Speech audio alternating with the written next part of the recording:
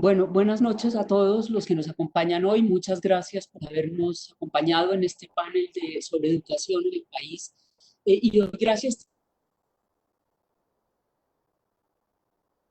Tenemos muchísimas preguntas de parte de las personas que han asistido hoy a este panel. Y voy a empezar entonces con las preguntas, porque en este momento pues, nos conectamos todos en vivo y en directo para responder las preguntas que ustedes han hecho. Una primera pregunta sería sobre si sería posible que contextualizaran brevemente qué es y en qué consistió la misión de Sabios 2019. Y, digamos, como parte de esa misma pregunta, ¿cómo es el país que pensó la misión de Sabios? ¿Qué tipo de conocimientos necesita un país como este que concibieron? Bueno, muchas gracias, Ana. Yo creo que esa pregunta es muy importante. El contexto es definitivo para comprender las recomendaciones que estamos haciendo en la misión de Sabios. Eh, Esta es la tercera misión de ciencia que se convoca. La primera fue en el año 88, 89. La segunda fue la del año 93, 94. Yo tuve la suerte de acompañarlos no como miembros, sino como soporte logístico de esa misión. Y finalmente esta es la tercera que se convocó en el 2019 por el gobierno para hacer una reflexión acerca de la investigación, acerca de cómo el conocimiento le puede ayudar al desarrollo de nuestro país.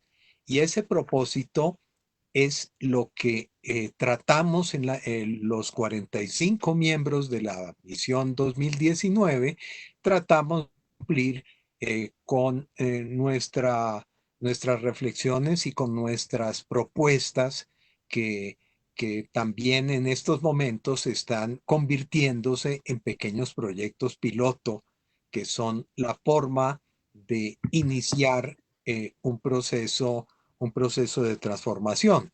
¿Cuál es el país que estamos pensando? Nosotros estamos pensando en el largo plazo. Nosotros no estamos pensando fundamentalmente en las coyunturas. Tenemos una serie de respuestas y encontramos muchas coincidencias entre las lecciones que nos está dando la pandemia y las recomendaciones y las reflexiones de la misión. Pero nosotros estamos pensando en el país dentro del país que tendremos dentro de 20, 30 años. Una de nuestras metas, particularmente en educación, es el año 2042. ¿Por qué 2042? Porque calculamos que es factible, es perfectamente factible que en el 2042 cualquier colombiano o colombiana que cumpla 18 años podrá haber tenido educación de 0 a 5 años y podrá haber tenido educación media completa. Entonces, por eso nos damos ese horizonte. ¿Cuál es el contexto? Fíjese que hicimos una, una serie de entrevistas con niños de muchas partes del país, el Putumayo, la costa atlántica, el Magdalena Medio. Estuvimos igualmente en varios sitios en Bogotá, entrevistando niños. Y uno de los consensos que encontramos en la misión entre los 45 miembros de la misión es que lo que los niños están pensando acerca del futuro del país coincide con lo que los científicos, los miembros de esta misión, también están pensando. Un país en donde todas las niñas y los niños puedan estudiar.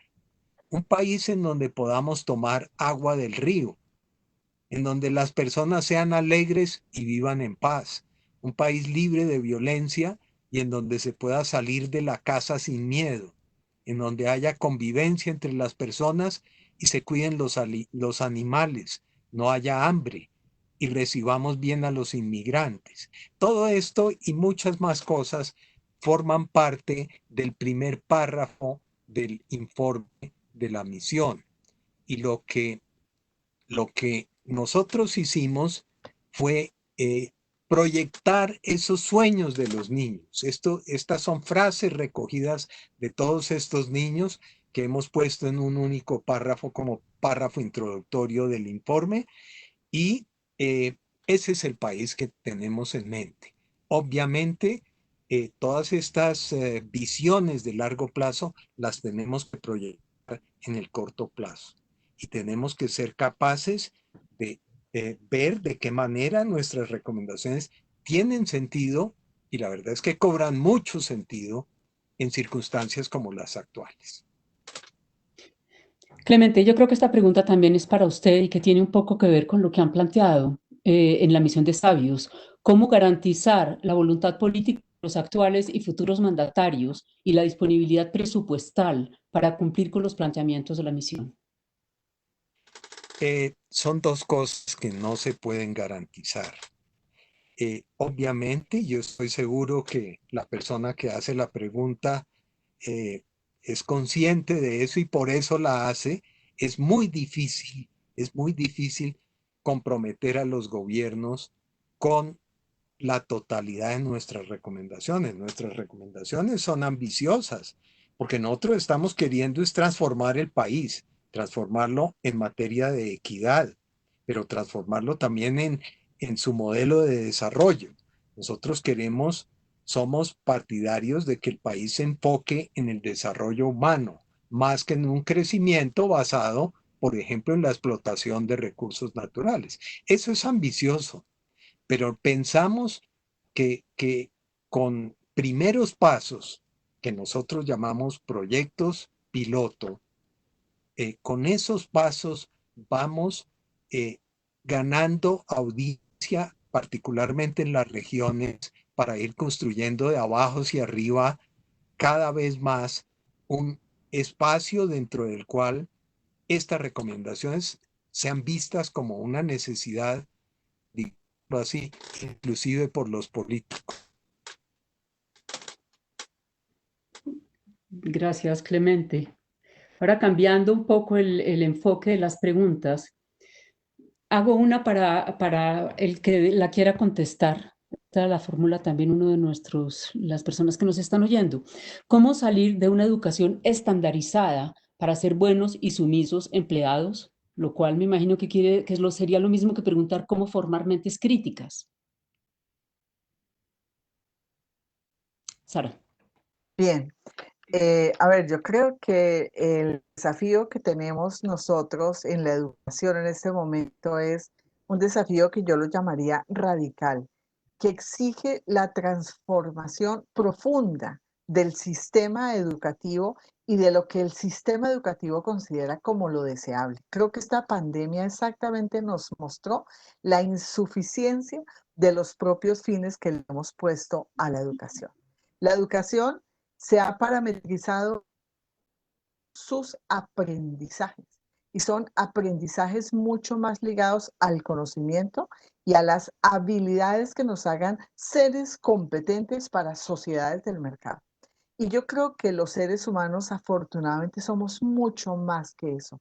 Somos seres de la diferencia, somos seres del afecto, seres de la sensibilidad, somos seres integrales con una riqueza en nuestras dimensiones y nuestras posibilidades de ser en el mundo que no se pueden quedar atrapados en unas pruebas estandarizadas y en unas prácticas que buscan el control, la regulación y la homogenización. Indudablemente no vivimos en que tenemos que tener algunas formas, entre comillas, comparativas para poder evaluar los sistemas educativos respecto a otros países, pero eso no nos puede robar la posibilidad de formarnos como seres libres, capaces de construir el país que queremos construir. Entonces creo que el desafío, por eso creo, es radical y o la educación se transforma o perdemos a los niños y a los jóvenes de la educación que van a encontrar otras maneras mejores de crecer por fuera del sistema, como ha venido pasando en muchos contextos. Yo creo que también la podría responder Sara, y es cómo podemos hacer de esta crisis una oportunidad única para replantear la forma como se educa en el país y disminuir la brecha de desigualdades que se han puesto de manifiesto con esta pandemia.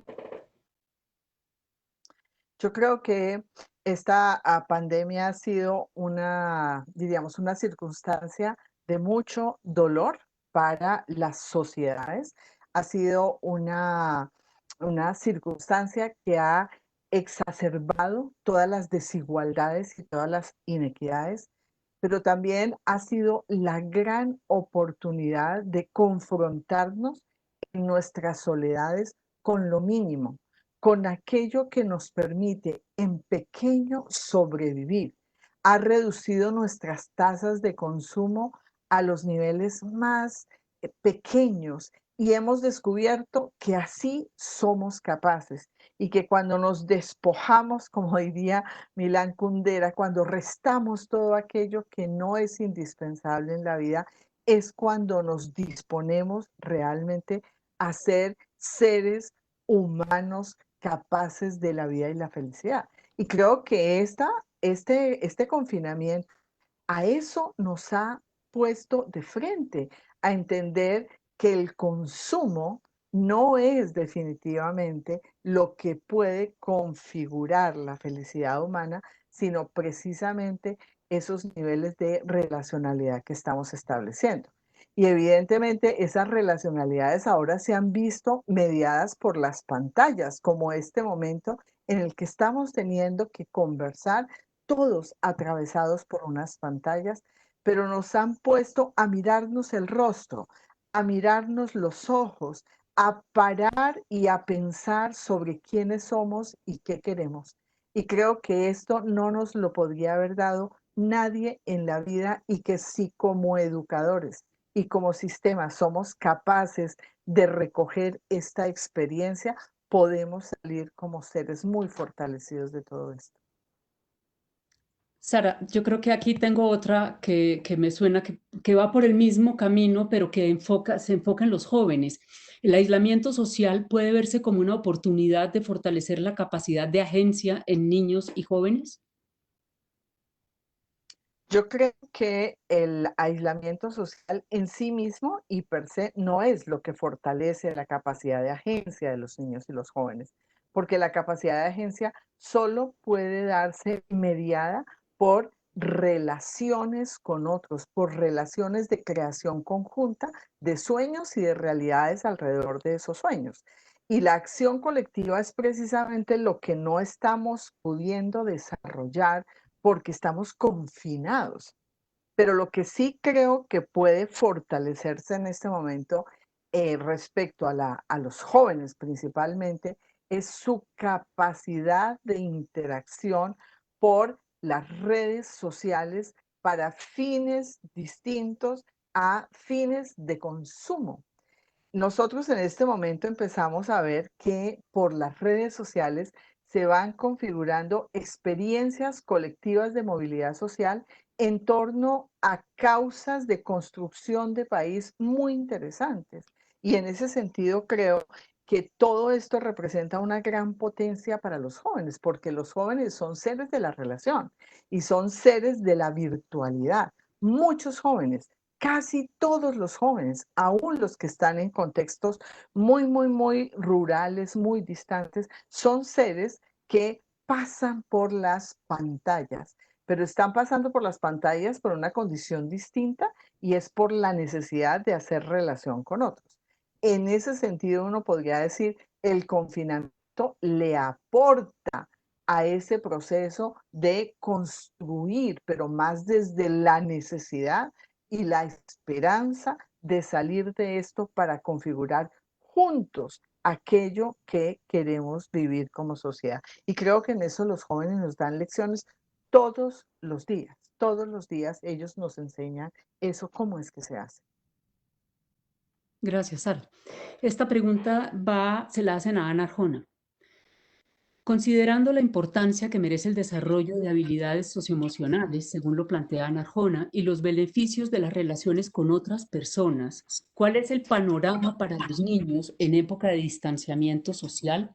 ¿Cómo podemos reforzar esas habilidades en el confinamiento? No, muchas gracias, Ana. Esa es una pregunta difícil porque es una pregunta que casi no se ha hecho, ¿no? Desde la investigación, desde las personas que han estado investigando cómo desarrollar estas habilidades. Y en ese sentido, yo creo que la pandemia realmente nos trae una oportunidad, como decía Sara Victoria, una oportunidad radical para innovar, para pensar y tratar de identificar nuevas maneras en que podemos lograr que los jóvenes y los niños y niñas estén comprometidos con una forma de relacionarse con los demás. Yo creo que sí es posible que a través de las diferentes, los diferentes medios, a través de las pantallas, digamos, la forma como podemos conectarnos, aunque sea de una manera no presencial, se pueden seguir fomentando estas habilidades que son tan importantes y lo que creo es que tenemos que experimentar con diferentes herramientas, con diferentes maneras, ir evaluando el impacto que tiene en comunidades distintas, en poblaciones diferentes y ver cuál es la mejor manera de, teniendo en cuenta las limitaciones que impiden una cercanía, una presencia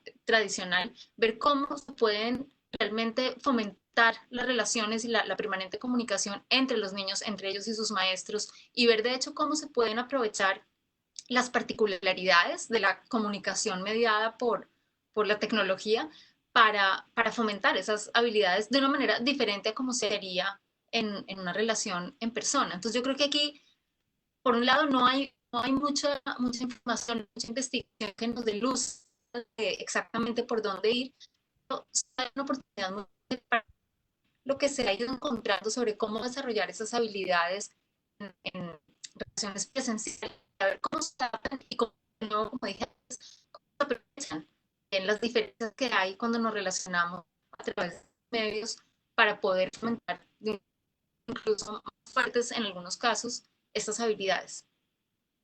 Gracias, Ana. Esto también es para Ana.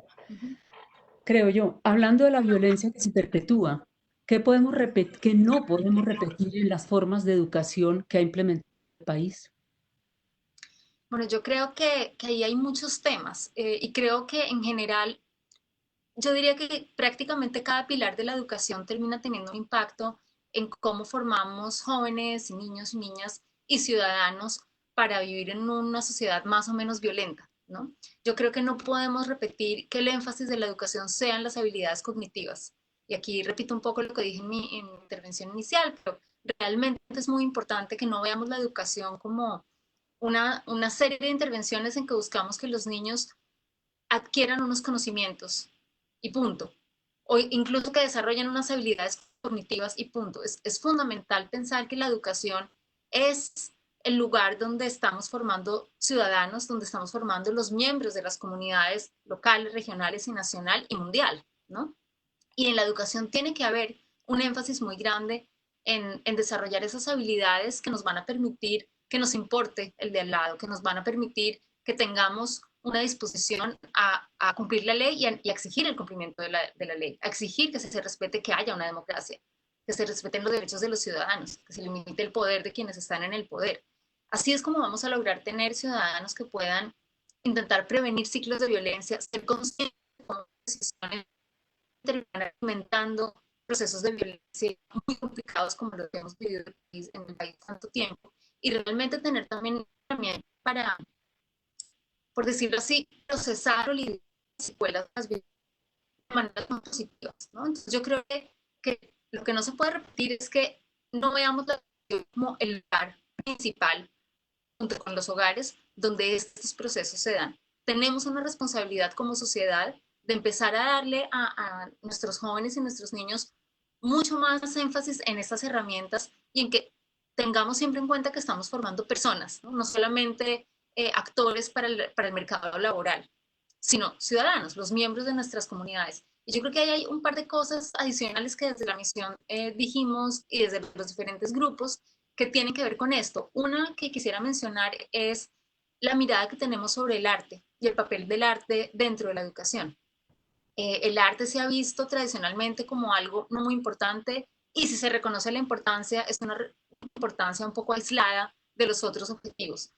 Lo que se sabe, de nuevo desde la investigación, es que de hecho el arte es fundamental para muchos procesos cognitivos, es fundamental para muchos procesos y habilidades no cognitivas para generar empatía, para el autoconocimiento, para la autorregulación emocional. Entonces, el papel del arte, incluso el arte combinado con la creatividad científica también, tienen que ser unos pilares de nuestra educación. No pueden seguir siendo como esa esquina y esos componentes de la educación que consideramos como de segunda categoría. Tiene que ser una mirada o un componente de la mirada plural que tenemos sobre la educación. Entonces creo que eso es muy importante. Y lo último es que creo que algo que no podemos seguir haciendo, y esto es difícil, esto es un reto muy grande, yo soy consciente de decirlo para las entidades educativas, es que el aprendizaje para los estudiantes de capacidades que tengan como ciudadanos de las comunidades que se niegan a participar en procesos violentos, que denuncian, exigen el respeto a la democracia. Eso empieza en los colegios, en las escuelas. Entonces hay que darle a los niños, a los estudiantes, la posibilidad de participar, de opinar, de participar a veces en toma de decisiones. Tiene que haber unos cimientos, digamos, democráticos en las mismas escuelas para formar a esos ciudadanos que queremos que sean unos ciudadanos demócratas y con una exigencia por esos valores, ¿no? Entonces, hay que generar espacios para que los estudiantes también participen de estas maneras en sus instituciones. Gracias, Ana.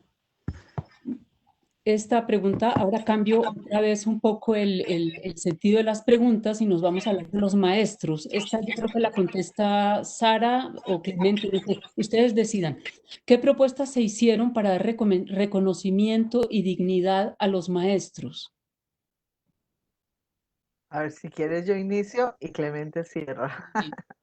A ver, yo creo que lo más importante que se hace en la misión es reconocer el papel central del maestro como un constructor definitivo de la cultura y de la capacidad de una sociedad para poderse desarrollar. Y en ese sentido, cuando uno piensa en la gran importancia del maestro, entiende que la formación de maestros no puede venir solo de arriba para abajo, desde lo que piensa la academia que un maestro debe saber para irle entregando en procesos de formación de distinto nivel lo que desde la academia se juzga que el maestro debe saber y debe tener.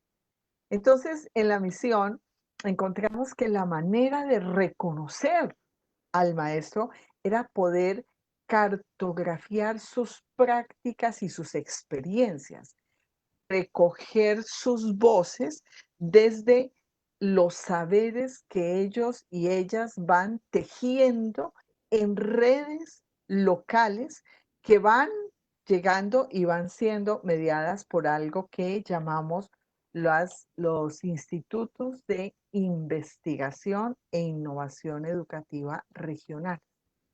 Esos institutos, esos espacios pretenden agrupar a los maestros, reconocer y visibilizar sus saberes, su experiencia, también sus necesidades de formación, aprender los unos de los otros y poder exaltar las distintas dinámicas humanas que tiene un maestro y que van más allá del currículo que maneja en una clase.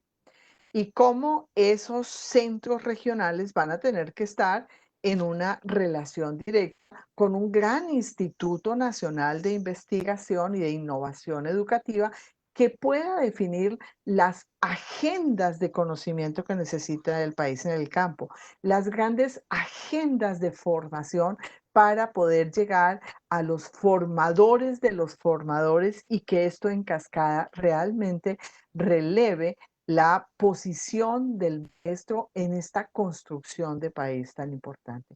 Creemos definitivamente que el maestro es esencial y por eso toda la estrategia de educación empieza de abajo hacia arriba con las voces y las prácticas de los maestros. No sé, Clemente, si quieres complementar. Bueno, claro que sí. Yo creo que eso que acaba de explicar Sara Victoria es lo más importante de la estrategia de educación que estamos planteando.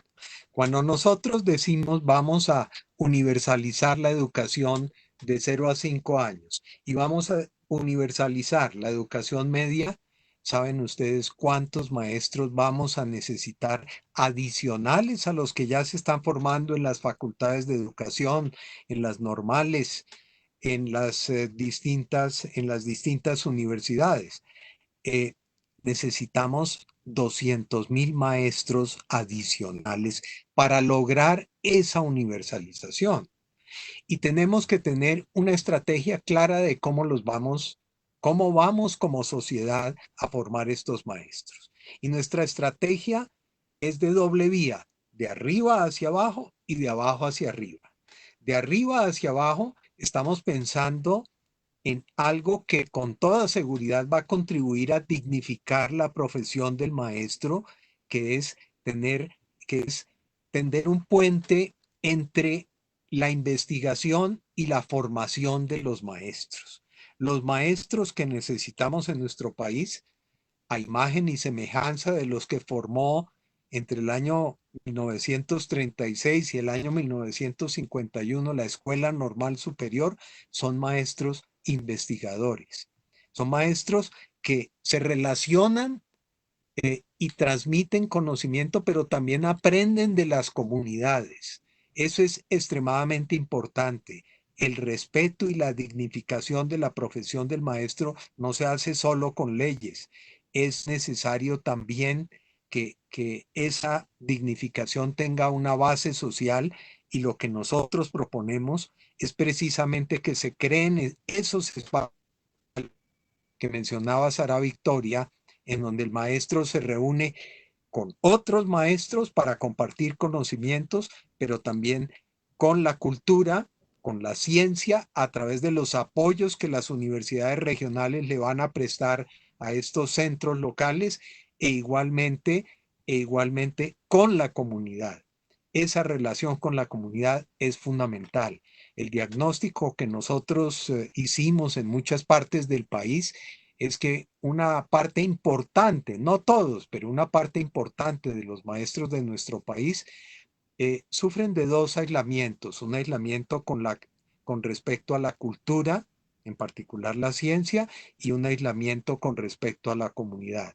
Si nosotros logramos romper ese aislamiento, el maestro va a jugar un rol, no solamente en la escuela, sino en la comunidad. Y eso nos parece que es la estrategia más importante para ganar esa, esa legitimidad que necesitamos que tenga la profesión del maestro dentro de la sociedad. Gracias. Creo que me queda espacio para una última pregunta. No sé a quién se la dirigirá, pero bueno, ustedes lo miren. ¿En qué podemos contribuir los padres de familia para que estas recomendaciones sean realmente incorporadas en el sector educación? Ana. Yo contesto un pedazo corto, estoy segura que Sara Victoria y Clemente tienen más por decir también. Yo creo que una parte fundamental es que sean miembros activos de las comunidades académicas a las que pertenecen. Los padres de familia son fundamentales para ayudar a recordarle a los maestros, a los administrativos de las escuelas y los colegios y todas las entidades educativas de las prioridades, de las cosas que se espera que se logren hacer. Ayudar y apoyar a los maestros cuando están tomando estas iniciativas, cuando están implementando cambios, cuando están tratando algo nuevo, cuando están experimentando y a veces fallando. Entonces, ese acompañamiento, esa participación, ese diálogo con los padres de familia es fundamental. La otra manera en que yo creo que los padres de familia son un actor fundamental es replicando, digamos, en el hogar las cosas que desde las entidades educativas se están tratando de cambiar y de reforzar. Entonces, en el momento en que hablamos, por ejemplo, de la agencia, de la que hemos hablado varias veces hoy, en la casa también tiene que haber un espacio para ejercer esa capacidad de agencia. Entonces, los padres de familia pueden también cambiar algunas prácticas educativas con sus hijos e ir aprendiendo también de las escuelas y de los maestros en estas conversaciones. Y el tercer punto es como ciudadanos. Los padres de familia tienen que ejercer presión sobre las autoridades para exigir que haya cambios, para exigir que haya cobertura, para exigir que haya calidad. Y en la medida de lo posible, los padres de familia como ciudadanos activos son un vehículo importante de esta exigencia, ¿no? A que las autoridades locales estén realmente encima, presionando y dando los recursos necesarios para que los cambios se den y se corrijan los problemas que se van detectando. Y muchas veces son los padres de familia los que pueden detectar esos problemas por fuera de la misma institución. Gracias, Ana. No sé si Sara Sí, quiere hablar. sí. Totalmente de acuerdo con Ana, solo adicionaría como algunas reflexiones. Creo que en este momento de confinamiento, la familia descubrió un rol trascendental en la educación de sus hijos. Llevan 3 meses teniendo que ver el diario vivir de los procesos de aprendizaje, con todas sus complejidades y con todas sus contradicciones. Entonces yo creo que es un poco a la fuerza, los padres de familia realmente han permeado radicalmente todo lo que es la vida de la escuela en cuanto a proceso de aprendizaje. Y creo que hoy en ese sentido tienen mucha más fuerza para entender qué es lo que hay que cambiar, qué es lo que no les funciona, qué es lo que sí funciona, qué es lo que se necesita de tener una participación mucho más activa en los espacios educativos. El segundo concepto que yo quisiera también retomar es la familia, de alguna manera, cuando la pensamos en relación con la escuela, es como accesoria. Es como que hay que hacer reuniones, hay que darles informes a los papás, pero la familia no es un actor de la formación en interlocución con la escuela. Y yo creo que eso tiene que cambiarse radicalmente. Cuando uno lo mira en la primera infancia, sin eso no existe educación de la primera infancia. Y yo creo que el lugar de la familia hay que resignificarlo, pero de una manera radical en la primera infancia. Y creo que en los demás niveles, la familia no es cualquier actor. La familia no es alguien a quien se le informa sobre hijos en el momento evaluativo para decirle cuánto aprendieron o no, cuántas competencias desarrollaron o no, cuántos puntos sacaron en la prueba o no. Eso no es la familia, no puede ser la familia. Entonces yo sí creo que ahí se necesitan unas reconversiones muy grandes en términos de la familia como centro fundamental de la formación de sus hijos, de la formación ciudadana, pero también de la formación en todas aquellas habilidades blandas que permiten que los niños y los jóvenes sean capaces de enfrentar el mundo de una manera u otra. Entonces creo que estos lazos que hay que ir tejiendo y que hay que ir amarrando entre escuela y familia se hacen evidentes en este momento de confinamiento y es otra de las grandes oportunidades. Si aprendemos de eso, podemos salir de esta sabiendo tejer esos lazos y no cada uno defendiendo un territorio que en última es un territorio de poder y decisión. Creo que si somos capaces de romper esto, habremos dado un paso enorme en la formación ciudadana. Muchas gracias, Sara Victoria, y muchas gracias a ustedes tres realmente por habernos acompañado hoy en este panel sobre la educación, sobre cómo educar para lo que viene, sobre las recomendaciones de la misión de Sabios. A todos los que estuvieron conectados hoy con nosotros, muchísimas gracias, gracias por sus preguntas y hasta la próxima. Los invitamos el próximo jueves a un tercer capítulo de En Contexto Público que va a desarrollarse en torno al tema de la biodiversidad. Muchas gracias. A ti, Ana. Gracias.